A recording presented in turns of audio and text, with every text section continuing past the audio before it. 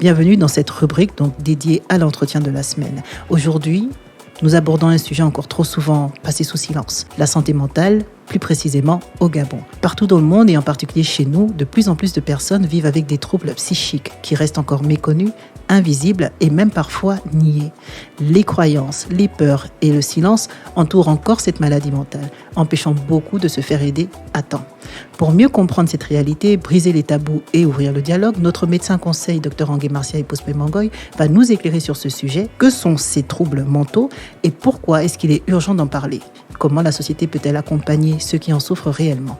Docteur, dites-nous tout. La santé mentale, qu'est-ce que c'est? Alors, déjà, en termes de définition, l'Organisation mondiale de la santé définit la santé mentale comme étant un état de bien-être mental qui nous permet d'affronter les sources de stress quotidien, mais aussi nous permet de réaliser notre potentiel. Elle fait partie intégrante de la santé et du bien-être de l'individu, donc il est hors de question de séparer santé et santé mentale. C'est un aspect vraiment qui est intégré dans le cadre d'une vision holistique de l'organisme et de l'être humain que nous sommes. Trop longtemps, la santé mentale a été un sujet ignoré, mal compris, entouré de silence, plus ou moins tabou.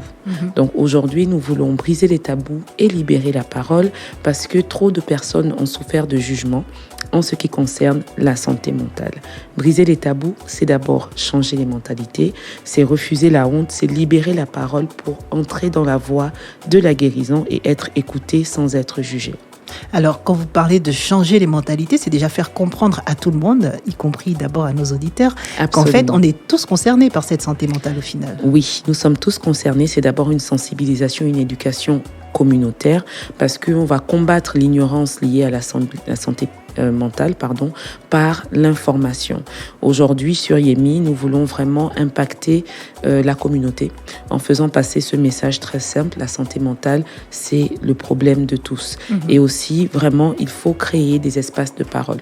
Vraiment avoir des groupes de parole où on peut effectivement échanger sur les difficultés qu'une personne peut ressentir et avoir une oreille compatissante en face. Et la deuxième chose qu'il y a à faire, c'est vraiment d'aller consulter. Le psychologue, le psychiatre n'est pas le professionnel de santé relayé à une certaine catégorie de personnes. Il devrait être accessible à tous lorsqu'on a besoin de parler et d'évacuer le stress que nous gérons au quotidien. Justement, il y a comme un amalgame en fait sur ce qu'est réellement la santé mentale. Est-ce que vous pouvez nous dire concrètement quelles sont les maladies qu'on retrouve dans cette catégorie-là, dans ce groupe qu'on appelle donc la santé mentale, et en quoi est-ce qu'il y a un lien entre la santé mentale et la folie, par exemple? Parce que beaucoup se trompent encore à ce sujet. Ok, oui, c'est intéressant. Alors, la santé mentale, c'est tout simplement le bien-être, d'accord, au niveau mental. Maintenant, lorsqu'on parle de maladie mentale, on parle des troubles qui affectent le fonctionnement émotionnel, psychologique et même parfois physique, parce qu'on a des maladies qui ont de forts potentiels psychosomatiques qui vont donc affecter la santé physique de l'individu. On va parler d'abord des troubles de l'humeur. Les troubles de l'humeur tels que la dépression, qui est caractérisée par une tristesse profonde, perte d'intérêt pour les activités quotidiennes et vraiment une baisse de l'énergie. La personne n'arrive pas à interagir avec son entourage extérieur. On peut aussi parler de l'anxiété, qui est vraiment une angoisse persistante, une inquiétude excessive sans cause précise. La personne va ressentir des palpitations, des difficultés à dormir, des troubles effectivement du sommeil et même des crises de panique devant une situation qui les dépasse. On peut aussi avoir les troubles bipolaires, qui sont des troubles de l'humeur qui vont alterner entre la dépression et des phases de manie, donc l'euphorie excessive.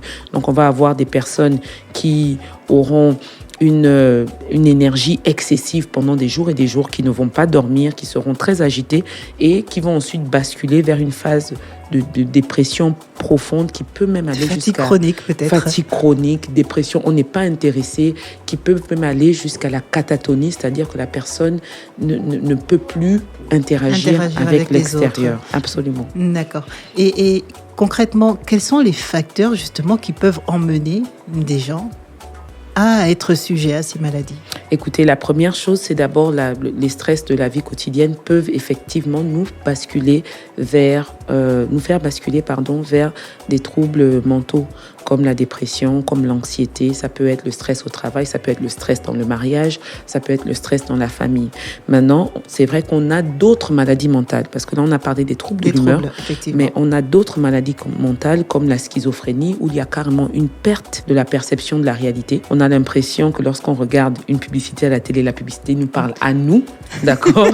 C'est à vous qu'elle parle. On se sent étrangement concerné. Exactement, particulièrement. On peut avoir des hallucinations visuelles, d'accord? On voit des personnes qui ne sont pas là. On peut avoir des hallucinations auditives, c'est-à-dire qu'on entend des voix qui ne sont pas réelles. Ça, ce sont vraiment, ça caractérise vraiment la schizophrénie. On peut aussi avoir des troubles obsessionnels compulsifs, donc les TOC, qui vont faire en sorte qu'on a toujours l'impression qu'on n'a pas fermé la maison. Ou qu'on n'a pas débranché le fer. Je me reconnais. Mais c'est à tel point que vous allez repartir à la maison toutes les 15 minutes. Donc, vous dis, je me reconnais. Vous allez repartir. Et là, pendant qu'on est à l'émission, vous allez penser que j'ai pas arrêté le fer. Est-ce que j'ai arrêté le fer? Est-ce que j'ai débranché? On revit en fait les scènes. Vous revivez ça non-stop. Vous allez avoir vraiment une obsession liée à la propreté. Il y a des gens qui se lavent les mains 15, 20, 30 fois par jour, ou qui se lavent même tout le corps parce qu'ils ont l'impression que dès qu'ils touchent un objet, ils sont contaminés. Donc là, ça fait partie vraiment des TOC. Vous allez avoir des rituels mentaux. La personne aura l'impression que si elle ne touche pas la poignée 3 fois, quelque chose va lui arriver. Et donc, c'est vraiment quelque chose qui va devenir invivable parce que c'est toute la journée. Dès le moment où la personne est éveillée, elle ne pense qu'à réaliser ses rituels mentaux ou physiques. Elle ne pense qu'à toutes les choses qui ne vont pas bien se passer si je ne me suis pas lavé les mains 15 ou 20 fois. On peut aussi avoir le syndrome du stress post-traumatique. Donc, il y a quelque chose de grave qui vous est arrivé. Un accident, par exemple. Vous avez fait un accident de voiture, vous avez été braqué. Même le deuil. Ou bien le deuil. Et vous revivez constamment cette scène, ce traumatisme. Vous avez des flashbacks, vous avez des périodes d'hypervigilance où vous entendez tous les bruits, vous surveillez tout, vous allez vérifier si les portes sont fermées. Donc, il y a vraiment pas mal de choses. Et enfin, on peut aussi parler des troubles de l'alimentation. Ce sont des choses dont on ne parle pas beaucoup dans notre pays, mais il y a des troubles de l'alimentation tels que l'anorexie. D'accord, oui, effectivement. Donc, l'anorexie, c'est vraiment la privation de nourriture et le refus de s'alimenter. Et la boulimie, ça va être la consommation de manger de façon excessive. À l'excès, suivi par des épisodes de vomissement. Parce qu'on a vraiment ce cycle-là qui est souvent très influencé, par l'image corporelle de soi-même. Et donc, la seule manière de contrôler la situation, c'est soit de ne pas du tout s'alimenter, soit de perdre le contrôle et de manger tout ce qu'il y a au point de se faire vomir. Donc, effectivement. Alors, je voulais revenir rapidement sur un autre épisode. On a remarqué aussi que, surtout chez les femmes, à partir d'un certain âge, on va dire 35 ans, voire un peu plus, on devient hypersensible. Est-ce que cet épisode de larmes qui survient quand on regarde un film ou qu'on est face à une situation, aujourd'hui, même sur TikTok, on va voir une scène qui nous touche, peu importe qu'on soit empathique ou pas, et étrangement se surprend en fait à pleurer. Est-ce que c'est un signe de dépression? Est-ce que c'est un signe de faiblesse ou c'est simplement lié aux hormones? Pas vraiment un signe de dépression, mais je pense que c'est beaucoup plus hormonal parce que les femmes en général, le fait qu'on ait beaucoup d'oestrogènes, ça nous rend hypersensibles à certaines situations. On arrive à deviner ce qu'on appelle même l'intelligence émotionnelle. On a une intelligence émotionnelle différente que celle des hommes parce qu'on arrive à détecter la tristesse, on arrive à détecter l'anxiété chez l'autre. Ça veut dire que les hommes n'y arrivent pas? Moins bien que nous, tout simplement parce que nous sommes des mères. En général, les mamans savent quand l'enfant a fait une bêtise, quand l'enfant est malheureux, quand l'enfant n'a pas mangé. On arrive à détecter un peu ces différences-là dans l'humeur de quelqu'un d'autre. Donc, c'est vrai que ça peut aussi nous rendre sensibles à quelque chose qui sera à fort impact émotionnel lorsqu'on regarde une vidéo ou un film très triste. On peut se retrouver à pleurer. Mais c'est pas signe de dépression. Ah ben Dieu merci. C'est simplement signe d'empathie. Parce que ça voudrait dire que toutes les femmes sont dépressives. Non, alors, pas du tout. Donc, dites-moi, on va essayer d'aborder justement le sujet des tabous. Parce que d'abord, aujourd'hui, on constate dans Libreville, de façon générale, le grand Libreville, qu'il y a de nombreuses personnes dépressives ou qui font face à des problèmes, en fait, des troubles mentaux. Voilà. Et aujourd'hui, on a l'impression que dans certaines familles, c'est tabou. Et même la personne qui vit la situation, lorsqu'elle se sent mal, elle a du mal à aller vers les psychologues ou simplement parler de sa situation à un proche, une amie, un frère ou autre. Comment ça se fait? Comment ça s'explique? Parce que, excusez-moi, Chez les Européens, par exemple, c'est tout à fait normal, lorsqu'on a un petit trouble, de se dire, bon, je vais voir le psychologue. Pourquoi est-ce que nous n'avons pas ces automatismes chez nous? Mais tout simplement, de façon culturelle, c'est assez tabou chez nous de parler de nos états d'âme de façon honnête et de dire que non, en fait, je dors pas, non, parce que c'est synonyme de faiblesse. Dans beaucoup de cas, c'est synonyme de faiblesse, c'est synonyme que vous n'arrivez pas à gérer les situations que vous traversez au quotidien. Ce qui n'a rien à voir avec quelqu'un qui a réellement un trouble mental, d'accord, et qui peut-être marche nu dans la rue ou a besoin d'être interné parce qu'il fait une crise. D'accord. Donc, il peut avoir une bouffée délirante qui nécessite effectivement qu'on l'interne et qu'il puisse être suivi en milieu hospitalier. Je rappelle que la structure dédiée pour la gestion des troubles mentaux, c'est quand même le Centre national de santé mentale, donc Mylène, qui est vraiment habilité, qui a une unité d'hospitalisation et qui suit aussi les gens en ambulatoire, donc en externe, vous pouvez quand même recevoir des soins au niveau de Mylène. C'est-à-dire que vous avez des troubles, votre entourage en est conscient, vous restez dans votre environnement familial et régulièrement vous y allez pour suivre le traitement et le soir vous rentrez chez vous. Tout à fait. Donc le premier traitement, c'est la psychothérapie, c'est donc de parler avec un thérapeute, qu'il soit psychologue ou psychiatre, d'accord, ou psychoclinicien. Et la deuxième chose, c'est que souvent on vous met sous traitement. On peut utiliser des médicaments psychotropes qui auront donc un effet sur le cerveau pour réguler le trouble de l'humeur. On parle des antidépresseurs, on parle des anxiolytiques lorsqu'il s'agit de l'angoisse et de l'anxiété. Donc il y a quand même une panoplie de médicaments aujourd'hui qui peuvent vous aider. On parle aussi des somnifères pour des personnes qui ne dorment pas, qui ont vraiment des troubles du sommeil à 3, 4, 5 jours d'affilée. Vous ne dormez pas du tout et vous faites des micro-siestes. On sait que ce n'est pas un sommeil régénérateur parce que l'être humain a quand même besoin des cycles de sommeil complets pour pouvoir être efficace. Alors là, vous m'inquiétez un petit peu, Doc. Dites-moi tout. Donc, on reprend un petit peu cette notion-là avec le sommeil. Donc là, on parle vraiment des personnes qui n'arrivent pas à dormir pour X ou Y raison. Qu'elles soient occupées ou pas, elles n'arrivent simplement pas à dormir. C'est différent de toutes ces personnes qui, comme beaucoup, ne dorment pas tôt ou peut-être pas assez parce qu'elles veulent travailler ou parce qu'elles sont occupées. C'est totalement différent. C'est totalement différent. C'est-à-dire que là, vous vous imposez une période d'éveil parce que vous avez un objectif à atteindre. Mais là, je vous parle de quelqu'un qui n'arrive pas à s'endormir. Donc, il s'allonge, il reste dans son lit et le sommeil ne vient pas. Donc ça, c'est de l'insomnie primaire. Ou bien on a l'insomnie secondaire, c'est-à-dire que vous arrivez à dormir, mais dans la nuit, vous vous réveillez et vous dormez plus. Donc vous faites peut-être 1 heure du sommeil et vous dormez. Et c'est toutes les nuits. À ce moment-là, vraiment, c'est vraiment un signe qu'il faut consulter. Oui, si ça dure au moins 3 nuits par semaine pendant une durée de 3 mois, on considère que vous êtes atteint d'insomnie. D'accord. Voilà. Et là, il faut aller vers quel spécialiste? C'est toujours le psychologue ou un généraliste? Le psychologue ou le psychiatre. Mais c'est vrai que souvent, les médecins généralistes sont la porte d'entrée pour initier la prise en charge en ce qui concerne la santé mentale. Et ils peuvent effectivement, à leur niveau, vous référer vers un psychothérapeute qui va vous suivre et donner la conduite à tenir en ce qui concerne la mise sous traitement ou bien la mise en œuvre d'une psychothérapie. Donc, ce sont des séances de discussion avec un thérapeute qui vont vous permettre d'examiner le trouble qui vous mine et vous permettre d'avoir des outils de gestion de la colère, des outils de gestion de la dépression et autres. D'accord. Alors, pour rester sur ces tabous, je pense que le mal vient aussi du fait que beaucoup ne comprennent pas la différence entre le psychologue et le psychiatre. Vous pouvez nous éclairer là-dessus? Ben voilà, les deux sont des psychothérapeutes. C'est simplement que le psychologue n'est pas un médecin, mais c'est un professionnel de santé spécialisé dans la prise en charge psychologique. Il n'est pas habilité à prescrire des médicaments. Par contre, le psychiatre, c'est un médecin qui est spécialisé en psychiatrie et qui est donc habilité à vous prescrire des médicaments. Et je crois que c'est celui-là qui fait peur, en fait. C'est vrai, mais il faut vraiment le démystifier parce qu'on en a besoin. Je vais vous donner un exemple.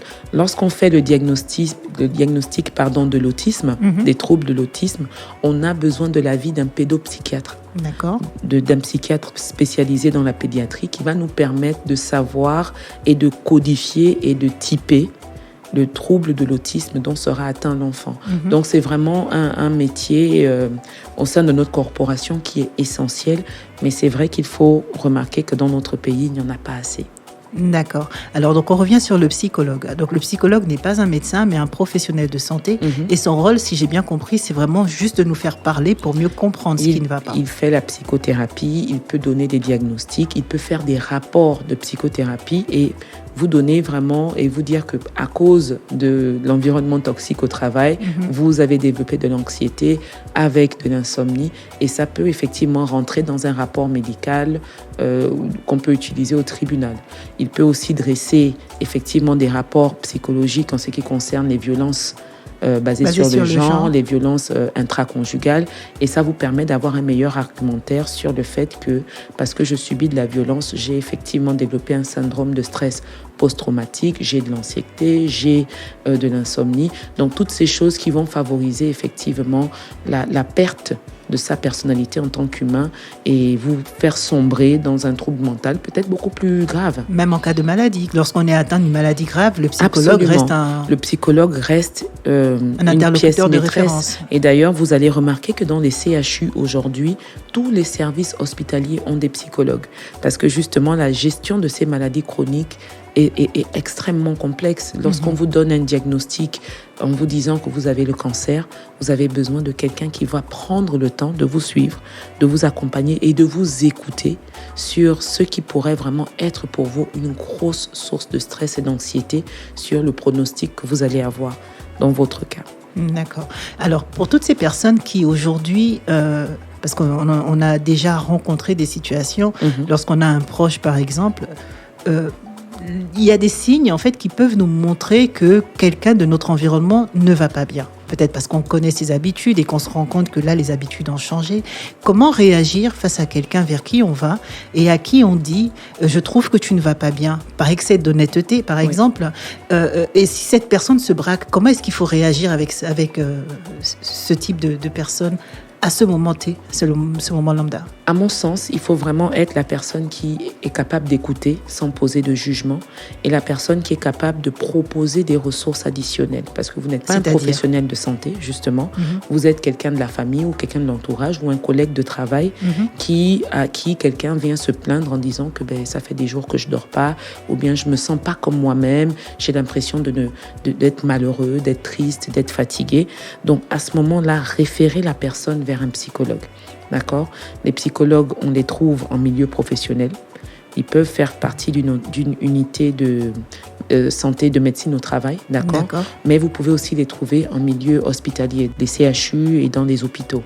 Donc, ça vous permet vraiment d'avoir une ressource qui va vous donner les outils pour gérer, déjà diagnostiquer ce qui se passe et gérer vraiment l'épisode que vous pouvez traverser à ce moment-là. Donc, si vous remarquez que quelqu'un... La dernière fois, on donnait un acronyme, tristesse. Quelqu'un a des troubles du sommeil et retiré de la scène sociale et irritable, a un sentiment d'incapacité ou de vivre, a une tristesse persistante, un épuisement mental, souci constant, se sent somatisé, c'est-à-dire qu'il a des manifestations psychosomatiques de son mal, a envie d'en finir avec lui-même, donc a des pensées suicidaires, c'est l'acronyme donc tristesse. Oui. À ce moment-là, ce sont vraiment des signes clairs et palpables de souffrance psychologique. Il faut vraiment l'orienter vers une structure de prise en charge. Pas forcément Mélène, comme je vous ai dit, dans les structures de façon générale, vous allez trouver des unités de psychologie pour pouvoir vraiment être prise en charge parce que là, c'est quelque chose qui dépasse la simple conversation entre deux individus. Ça nécessite une prise en charge additionnelle. D'accord. Et dans le cas où la personne fait un déni, par exemple, et qu'il s'agit de personnes majeures, parce que ça, c'est des situations qu'on rencontre au quotidien, en fait. Comment réagir dans ces cas-là? Parce qu'on ne peut pas l'emmener de force. Et on ne peut pas emmener le psychologue non plus de force vers lui. Donc, c'est vrai. Comment réagir quand on fait partie de cette cellule familiale-là et qu'on constate qu'on est impuissant face à cette situation? Effectivement, en anglais, il y a quelque chose qu'on appelle intervention. C'est donc, en fait, faire des réunions avec plus de personnes. D'accord. Discuter avec la personne pour dire que non, je pense vraiment qu'il y a quelque chose qui ne va pas, je te reconnais pas, j'ai l'impression que tu fais un déni de ce qui se passe dans ta vie. Le déni, c'est tout simplement le refus, conscient ou inconscient, de reconnaître qu'on va mal. Et effectivement, ça peut être quelque chose d'extrêmement désarmant pour l'entourage, parce que malgré le fait que vous sensibilisez one-on-one, on a l'impression d'être ça ne passe impuissant, pas. en fait, face à cette Effectivement, situation. ce que je vous conseillerais, c'est de créer un noyau dur autour de la personne, de prendre plusieurs autres personnes que cette personne respecte, d'accord, et de discuter à cœur ouvert et de dire que vraiment, c'est pas qu'on te fait une réunion, c'est pas un procès, c'est simplement que nous sommes inquiets parce que nous avons remarqué X, Y, Z. Et au sortir de là, vraiment faites en sorte que accompagnez la personne consultée. Et ça peut prendre plusieurs séances. Je pense que ça peut être long, effectivement. Nous avons géré certains cas. Ça peut prendre plusieurs séances, ça peut prendre plusieurs discussions qui vont vous amener à conseiller la personne et l'orienter vers un professionnel de soins qualifié. Alors justement, c'est important quand même de rappeler, et je pense qu'on a pris l'habitude de donner nos expériences personnelles. J'ai déjà consulté un psychologue pour des raisons personnelles, justement. Oui. Et déjà, j'ai pu voir en fait le bien-être que ça apportait à la personne qui était face à ce psychologue-là. Oui. Et surtout dans le cadre d'une maladie, par exemple, lorsqu'on gère une maladie dans les familles, on n'a pas l'impression, parce que souvent on dit qu'une personne malade, c'est pas que la personne qui est malade, c'est tout le monde. C'est tout le monde. Oui. Et on n'a pas l'impression en fait du bien fou que ça fait, même quand l'entourage s'adresse à la psychologue, parle de toutes les difficultés qu'on rencontre. On a cette sensation de libération, de liberté. On se sent vidé d'un poids. Et c'est plus facile, en fait, après, de surmonter les choses. Ah ben oui, c'est vraiment essentiel. C'est pour ça qu'on parlait de la psychothérapie tout à l'heure, que c'est vraiment le cheval de bataille des professionnels de santé. Ça vous permet d'exprimer.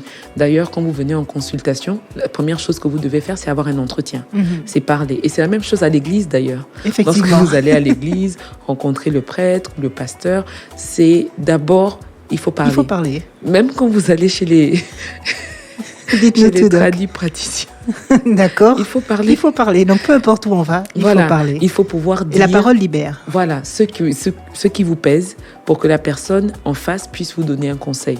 Donc, c'est vraiment un principe qu'on a emprunté au monde de la foi et qui finalement devient la première chose qu'il faut faire lorsqu'on veut engager une prise en charge dans le contexte psychologique.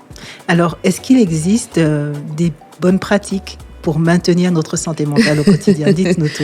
Déjà, il faut prendre soin de soi. Vraiment, on disait la dernière fois SAS. Ça marche pour tout. C'est, je vous écoute, c'est sommeil, quoi? Alimentation et sport. Oui, le sommeil, il faut vraiment essayer de viser pour les adultes 6 à 8 heures d'heures de sommeil par nuit, parce que c'est ce qui nous permet de régénérer. La première chose que vous faites quand vous allez en vacances, c'est quoi? Vous allez dormir. Et quand vous vous réveillez, vous vous sentez restauré, vous vous sentez revitalisé. Donc le sommeil fait vraiment partie de la première chose que vous pouvez faire dans le cadre de votre santé mentale. L'alimentation joue beaucoup. L'alimentation joue beaucoup parce que les aliments de moindre qualité, qui sont vides en fait en termes de nutrition, mais qui sont riches en calories, ne vous apportent rien de bon. On a l'impression d'avoir un sursoir d'énergie à un moment, mais ça ne dure pas longtemps. Utile. Donc vraiment, on va aller vers une alimentation saine, riche en légumes, riche en poissons, riche en fruits, parce que c'est réellement ce qui va être le building block, la base de départ pour que notre organisme se sente bien. Et qui dit se sentir bien, dit bien-être psychologique. Et enfin, le sport.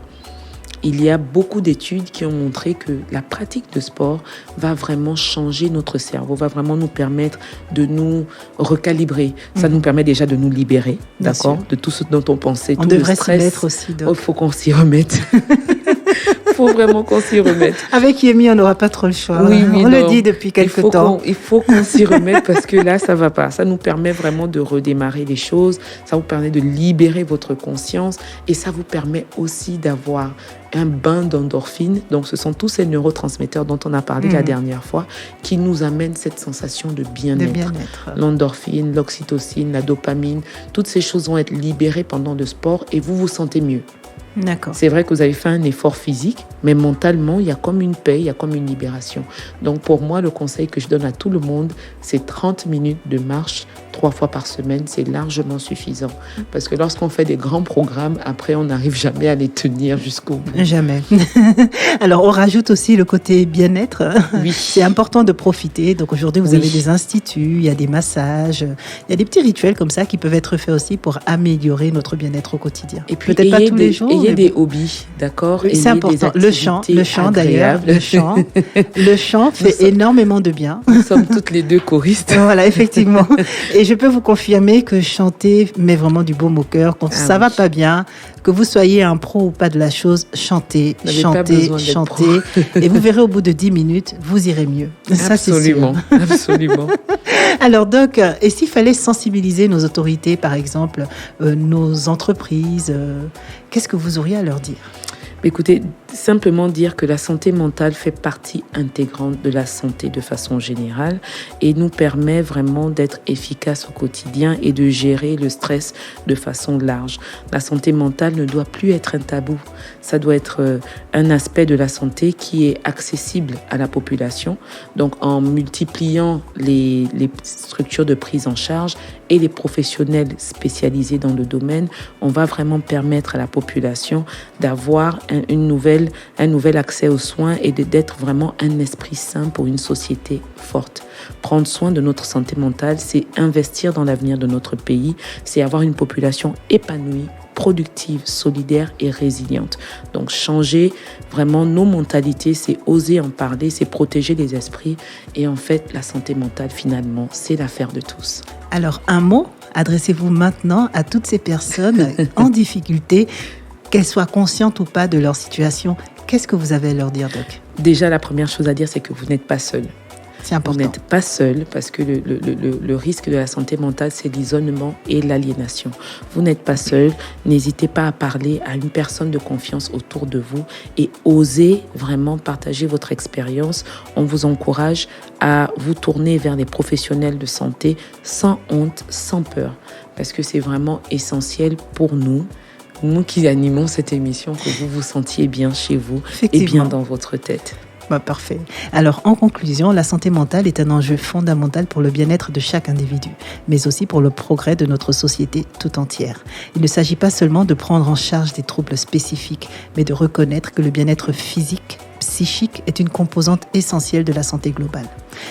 Chacun d'entre nous, famille, professionnels de santé, éducateurs, employeurs, même les médias, autorités publiques et acteurs communautaires, a un rôle à jouer pour créer un environnement où la parole peut se libérer sans peur ni jugement.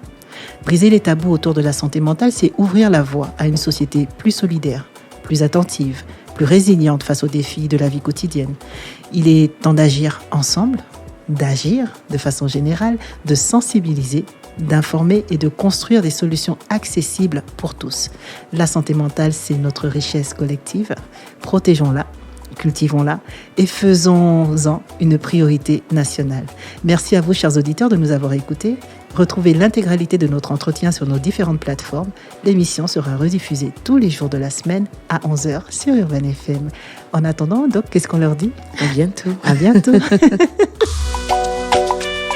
Retrouvez Yemi, votre émission de santé publique, présentée par l'Obs et Dr Angué Marcia, épouse P. Mongoy, sur Urban FM 104.5, la station urbaine. Du lundi au vendredi à 11h.